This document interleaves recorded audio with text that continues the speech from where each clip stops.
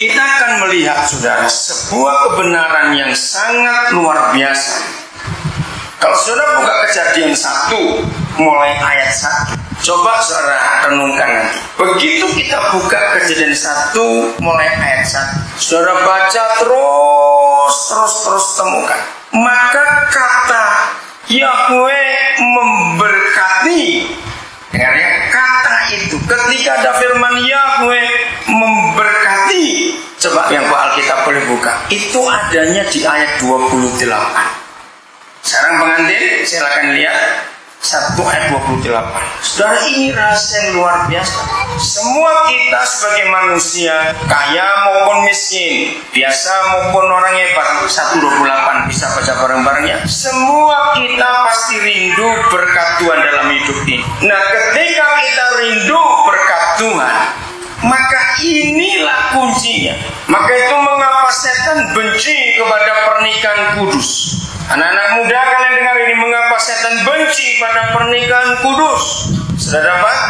Kapan, bila mana berkat itu pertama kali diucapkan? Waktu apa? Pengantin jawab, waktu siapa yang diberkati? Kata berkat itu kenanya kemana? Waktu apa? Iya, siapa yang diberkati di situ? Adam dan Hawa. Nah, pada rekan-rekan hamba-hamba Tuhan, tolong simpan firman ini dan sampaikan kepada semua orang.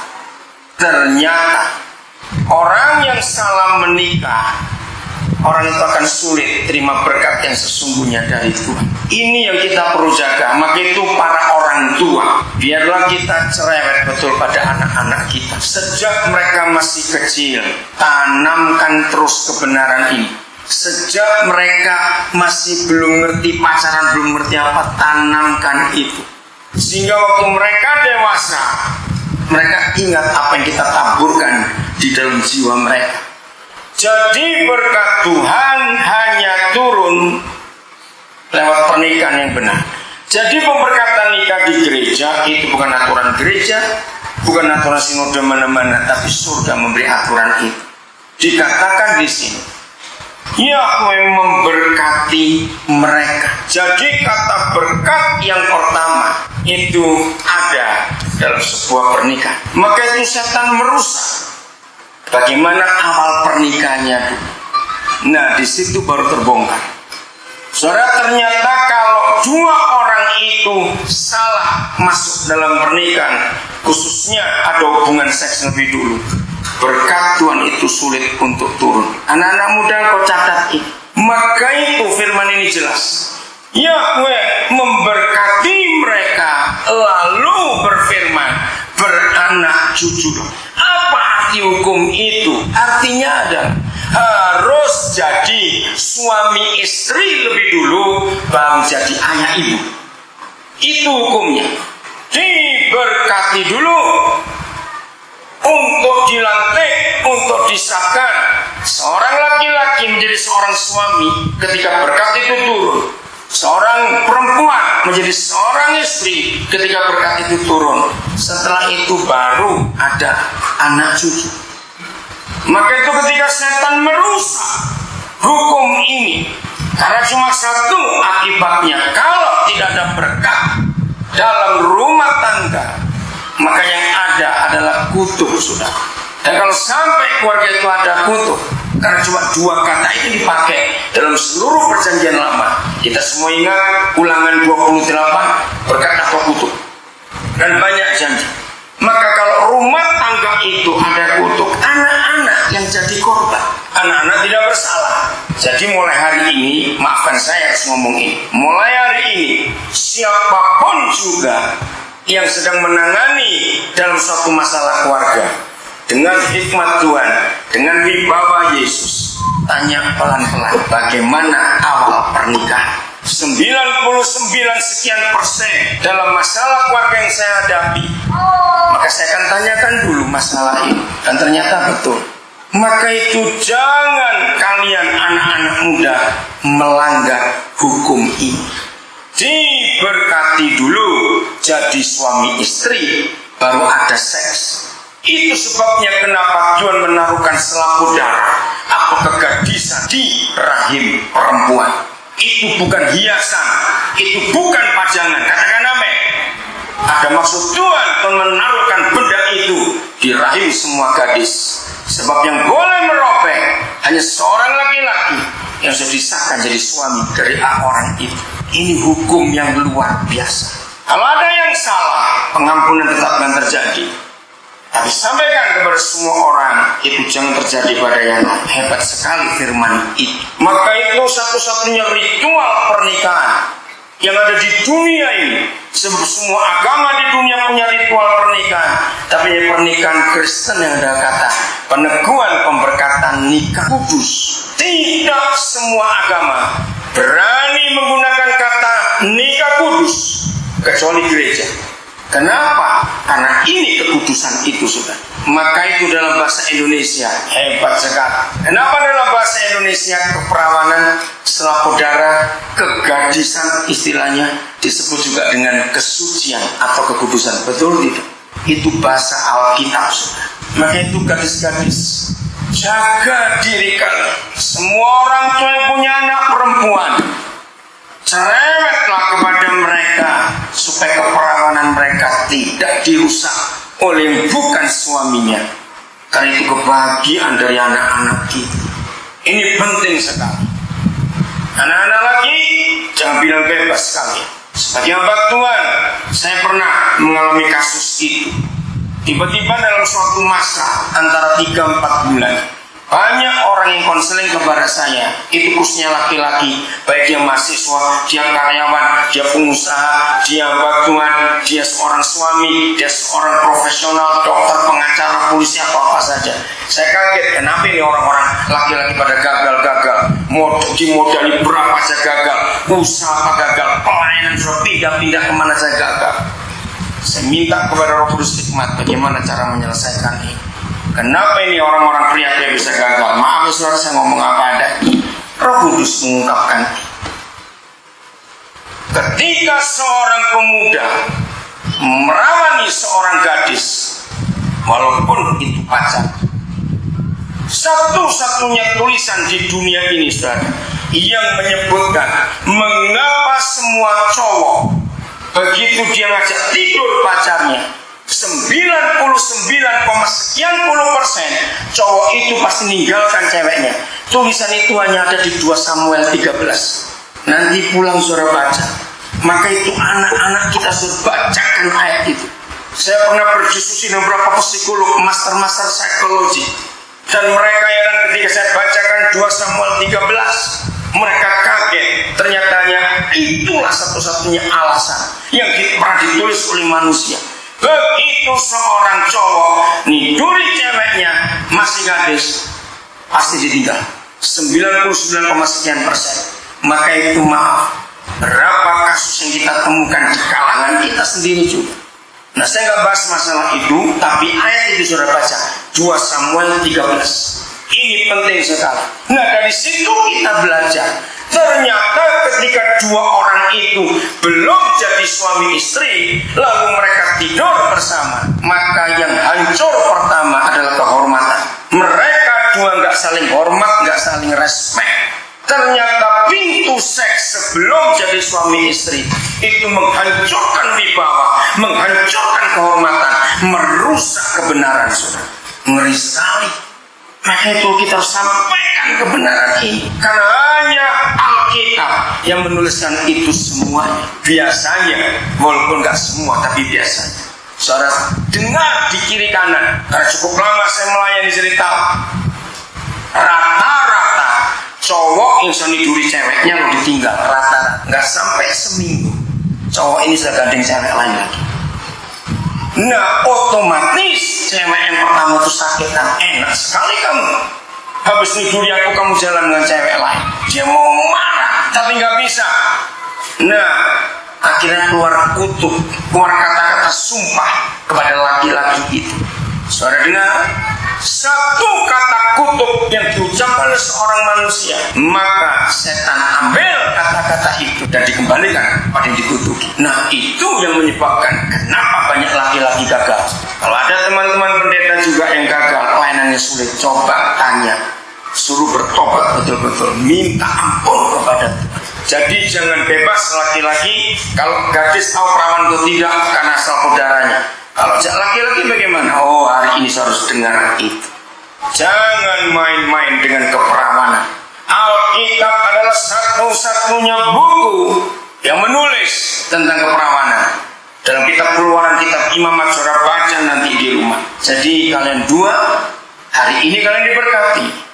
Karena kalian akan dilantik. Rendra dan Angel menjadi suami dan menjadi istri. Itu nggak ada kampusnya di dunia, sehingga nggak ada tempat kuliah. Tapi dengan Roh Kudus kalian belajar. Dan itu nggak main-main. Mengapa surga harus menyatakan berkat untuk pernikahan? Di sini semua kita harus dengar. Satu alasannya, bukan dua. Sebab ketika dua orang laki perempuan dikuduskan pernikahannya dan diberkati, dua orang itu langsung menjadi wakil Tuhan selama kita hidup. Maka itu mengapa dalam pernikahan sudah sumpah, ada janji. Itu bukan aturan gereja, tapi Tuhan sendiri. Maleakhi 2 ayat yang ke-14. Pengantin lagi silakan baca. Ada mikrofon? Maleakhi 2:14. Saudara, inilah satu-satunya ayat dalam Alkitab. Bayangkan, satu-satunya ayat dalam Alkitab, nggak ada duanya. Apa itu? Silakan baca pengantin. Maleakhi 2 ayat 14. Dan kamu bertanya, oleh karena apa? Oleh sebab Tuhan telah menjadi saksi antara engkau dan istri masa mudamu, yang kepadanya engkau telah tidak setia, padahal dialah teman sekutumu dan istri seperjanjian. Ya, saudara perhatikan.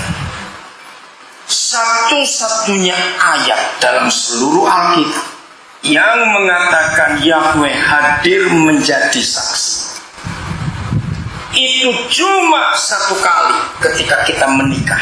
Hanya ayat yang kita pernah dengar, kita baca.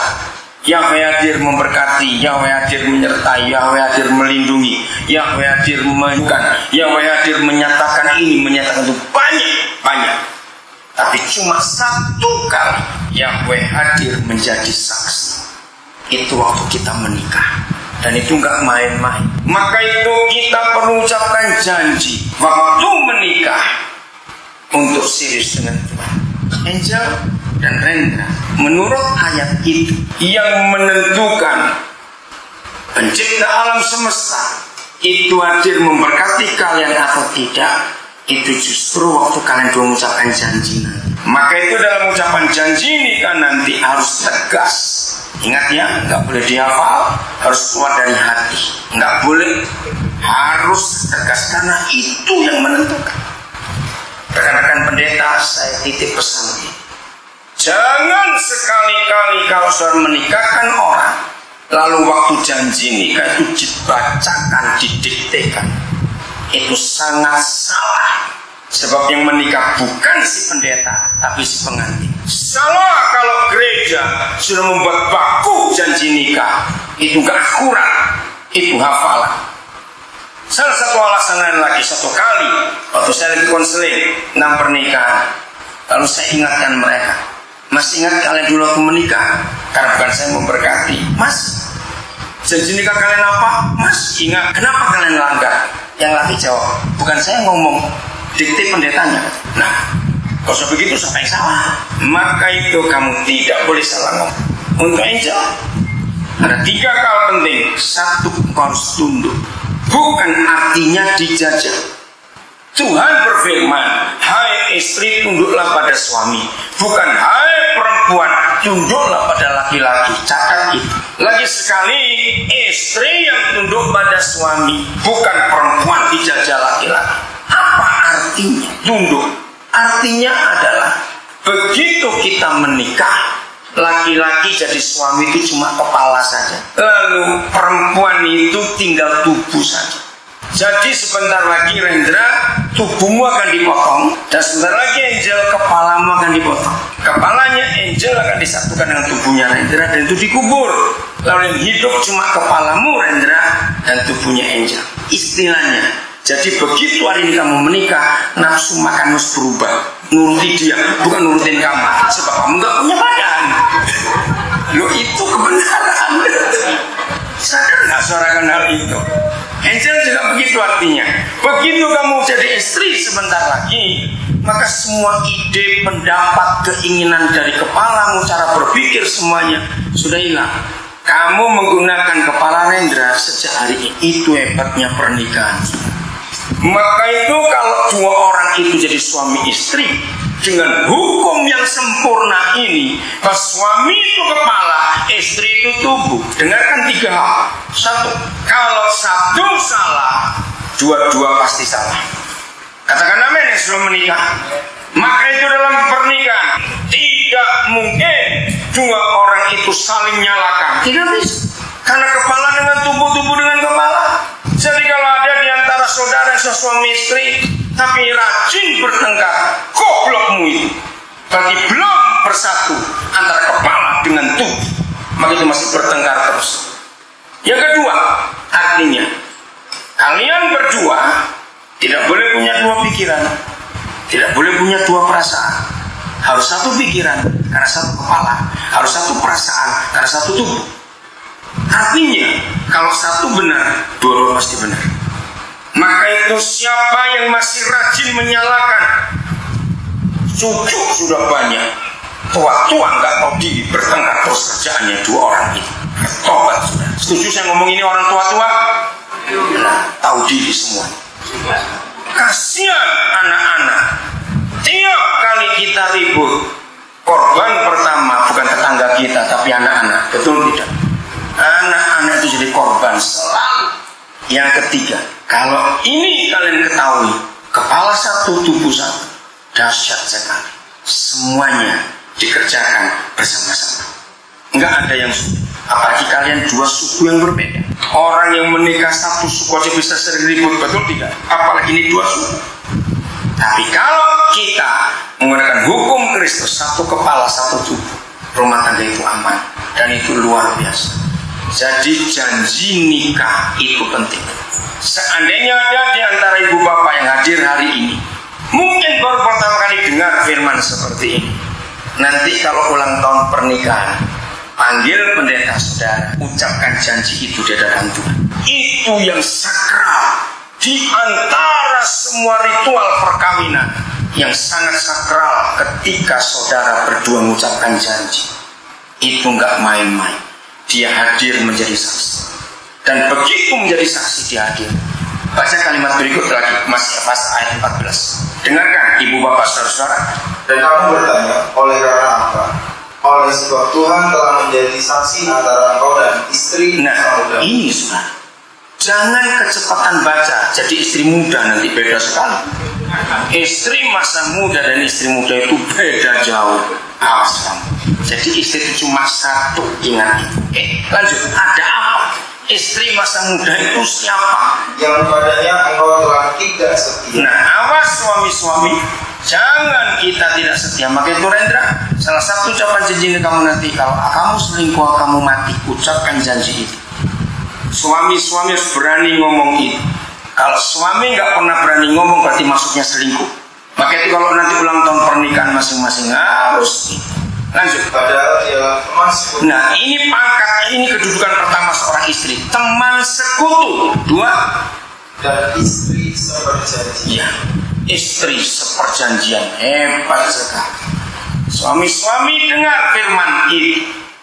Kalau istri diberi pangkat oleh Yahweh yang kudus, teman sekutu dan istri seperjanjian, ini hebat sekali.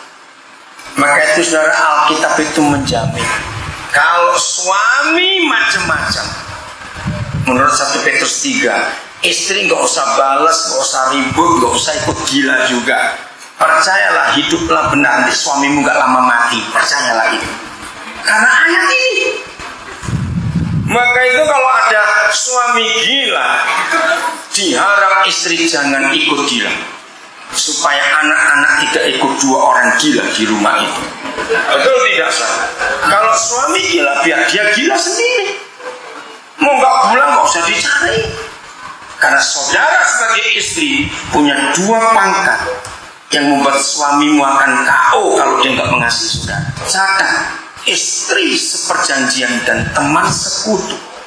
Itu artinya kalau suami tidak mengasihi istrinya, dia gagal jadi suami. Maka itu Alkitab tidak pernah menjamin kalau istri macam-macam, suami bagaimana, urus sendiri, itu kata Tuhan. Tapi kalau suami macam-macam, istri takut Tuhan, Tuhan akan bela istri itu. Katakan amin para istri, supaya kita para suami tahu diri. Ini hukum yang luar biasa. Istri itu teman sekutu dan istri seperjanjian. Hanya Alkitab yang pernah menuliskan kebenaran itu. Maka itu ketika gereja tidak pernah tegas dalam hukum pernikahan, banyak suami kurang ajar seenaknya saja. Tapi mulai hari ini setiap kita para suami tahu dia. Jadi tahu janjimu nanti, Lendra. Angel, yang pertama tadi kamu tunduk, ada 3. Yang kedua setia. Yang ketiga enggak ada kata cerai dalam hidup. Begitu pula kamu jadi suami itu mewakili Yesus. Dengar ini para suami. Kalau kita para suami mewakili Yesus, maka jangan pakai Matius 19 yang seringkali orang salah gunakan. Boleh diceraikan karena zina. Pernah baca ayat itu? Salah. Kenapa? Ayo jujur. Yesus suami kita, betul atau tidak? Gereja mempelai perempuannya, betul atau tidak? Loh, saya tanya ini, betul atau tidak? Oke. Sebagai istrinya Yesus, jujur, kita pernah selingkuh tidak? Kita pernah berzina tidak? Pernah. Apalagi kalau kita pakai KUHS, sehingga hafal KUHP, KUHS saya hafal, kita undang-undang hukum surga. Dalam KUHS dikatakan, barang siapa memandang orang lain dan teruskan. Ayo, jangan pura-pura lupakan hukum itu. Dan menginginkannya, maka orang itu sudah berzina dengan dia di dalam pikirannya. Nah, ayo, saya mau pakai kata ini. Sependeta-pendetanya, seorang pendetanya masih bisa kurang ajar nggak matanya pendeta itu? Nah, itu dia. Jadi kita selama hidup pernah berzina atau tidak? Ketika Yesus tahu kita pernah berzina, apa reaksi dia? Dia ceraikan kita? Jawab coba, dia ceraikan kita? Tidak. Lendra, itu tugas. Bagaimanapun salahnya istrimu nanti, misal engkau tetap harus menjaga dia, melindungi dia, membela dia, sebab kita semua suami adalah wakil Yesus di dunia. Saudara, kalau hukum ini kita pakai, dunia jadi surga, betul. Bisa bayangkan, dunia akan jadi surga, dan itu luar biasa. Jadi pernikahan itu nggak main-main, bukan cuma untuk kita berdua. Pernikahan itu hak mutlak surga. Semua kita harus hidup dalam kebenaran. Itu kerinduan Tuhan untuk kita mewakili dia. Maka itu setelah jadi istri Angel bisa banyak ngomong nggak bisa karena kepalamu sudah nggak ada. Untung Angel ini pendiamnya luar biasa. Kadang-kadang kenapa ibu dulu waktu ibu ambil dia ini kenapa kok diam sekali Angel? Pak Mendaun gimana kira-kira kenapa dia? Diam sekali. Rendra lebih cerewet dari Angel. Nah, yang cerewet-cerewet istri belajar diam. Amin. 1 Korintus 3 mencatat itu. Suami yang jahat akan dimenangkan oleh kelakuan istrinya tanpa perkataan. Dan itu sungguh luar biasa. Kalau hukum ini dipakai dalam pernikahan, rumah tangga pasti aman. Pasti aman. Berapa bagian yang terakhir?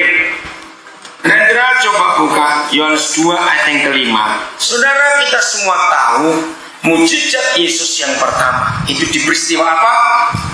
Perkawinan.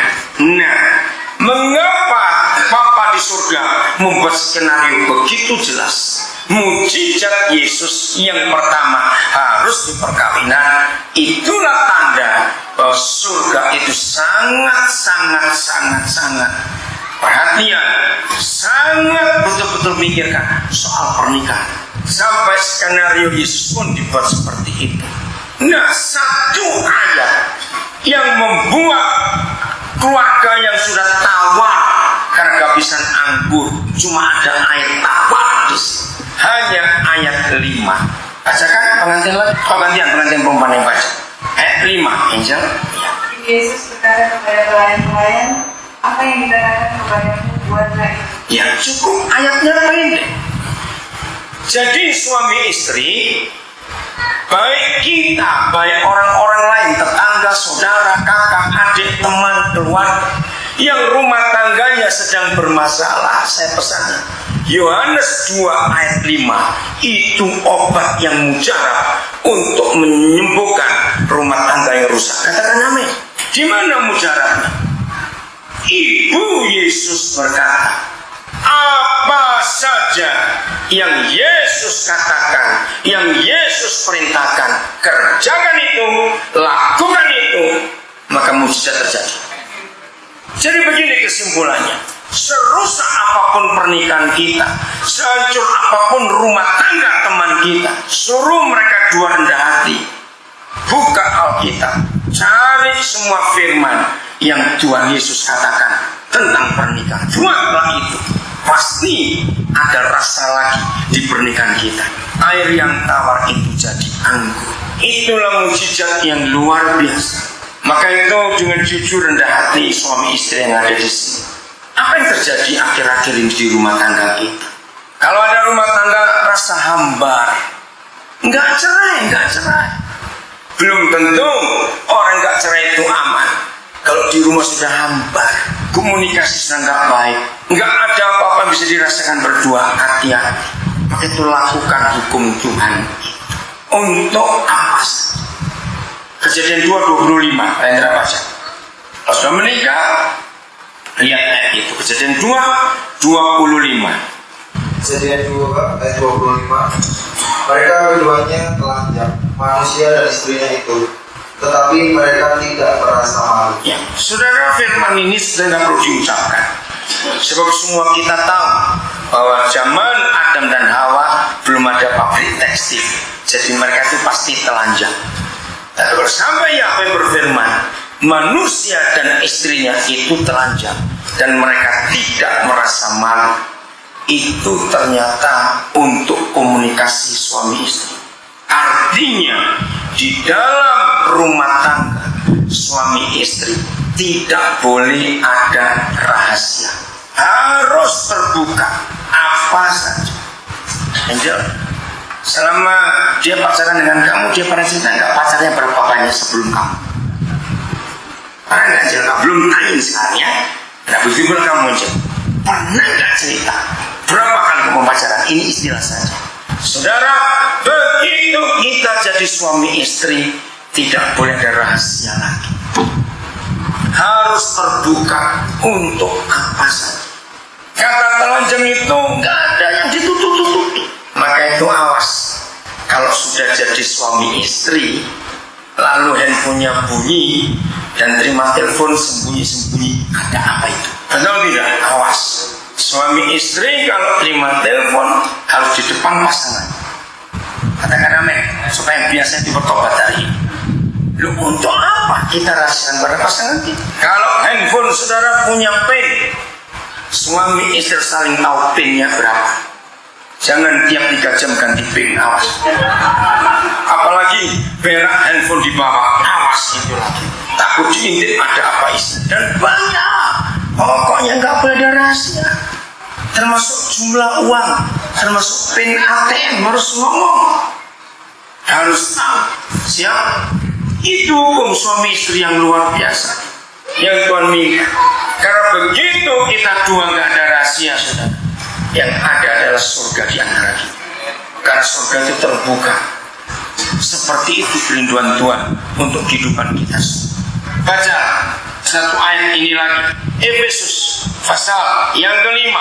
Buat semua kita yang sudah terlalu sering mendengar Efesus 5, biar hari ini kita diingatkan kembali. Efesus 5 ayat yang ke-25. Efesus 5 ayat 25. Hai suami, kasihilah istrimu sebagaimana Kristus telah mengasihi jemaat dan telah menyerahkan dirinya bagi. Ya, Angel, kamu baca ayat 22 dan 23. Hai istri, tunduklah kepada suamimu seperti kepada Tuhan. Karena suami adalah kepala istri, sama seperti Kristus adalah kepala Tuhan. Dialah yang menyelamatkan. Luar biasa.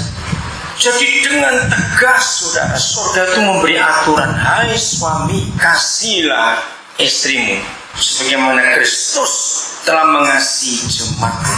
dan telah menyerahkan diri. Hai istri, tunduklah kepada suamimu sebagaimana cuma tunduk kepada Kristus, karena suami adalah kepala, istrinya kepala tubuh. Kalau semua pernikahan menggunakan hukum ini, percayalah, tidak ada rumah tangga yang berantakan apalagi sampai hancur. Tidak. Kalau pernikahan kita, rumah tangga kita bahagia, anak-anak kita pasti bahagia juga. Katakan amin. Pasti, saudara. Maka itu hari ini, dengan keharmonisan kita suami istri, kita hadirkan surga ke dunia ini. Dalam segala hal, libatkan Kristus Yesus. Dalam segala, saya ulangi lagi, dalam segala hal, libatkan Kristus Yesus. Untuk apa saja. Maka kalau Kristus Yesus kita libatkan, saudara, rumah tangga kita sungguh bahagia dan diberkati Tuhan. Nanti ketika Tuhan memberkati mereka, percayalah, Yesus tidak hanya hadir untuk pengantin, tapi untuk semua kita, suami istri yang ada di sini, baik yang hadir lengkap maupun yang tidak. Jadi artinya, suami istri, kita sudah menikah, buka hati kita, Yesus pun mau hadir memberkati kita semua. Siap untuk itu? Tuhan memberkati kita semua. Kita akan melihat, saudara, sebuah kebenaran yang sangat luar biasa. Kalau saudara buka Kejadian 1 mulai ayat 1, coba saudara renungkan nanti. Begitu kita buka Kejadian 1 mulai ayat 1, saudara baca terus temukan. Maka kata Yahweh memberkati. Dengar ya, kata itu ketika ada firman Yahweh memberkati. Coba yang Alkitab boleh buka. Itu adanya di ayat 28. Sekarang pengantin, silakan lihat 1 ayat 28. Saudara, ini rahasia yang luar biasa. Semua kita sebagai manusia, kaya maupun miskin, biasa maupun orang hebat, 128 bisa baca bareng-bareng ya. Semua kita pasti rindu berkat Tuhan dalam hidup ini. Nah, ketika kita rindu berkat Tuhan, maka inilah kuncinya. Maka itu mengapa setan benci kepada pernikahan kudus. Anak-anak muda, kalian dengar ini, mengapa setan benci pada pernikahan kudus. Saudara Pak, kapan, bila mana berkat itu pertama kali diucapkan? Waktu apa? Pengantin jawab, waktu siapa yang diberkati? Kata berkat itu kenanya kemana? Waktu apa? Iya, siapa yang diberkati di situ? Adam dan Hawa. Nah, pada rekan-rekan hamba-hamba Tuhan, tolong simpan firman ini dan sampaikan kepada semua orang. Ternyata orang yang salah menikah, orang itu akan sulit terima berkat yang sesungguhnya dari Tuhan. Ini yang kita perlu jaga. Maka itu para orang tua, biarlah kita cerewet betul pada anak-anak kita. Sejak mereka masih kecil, tanamkan terus kebenaran ini. Sejak mereka masih belum ngerti pacaran, belum ngerti apa, tanamkan itu. Sehingga waktu mereka dewasa, mereka ingat apa yang kita taburkan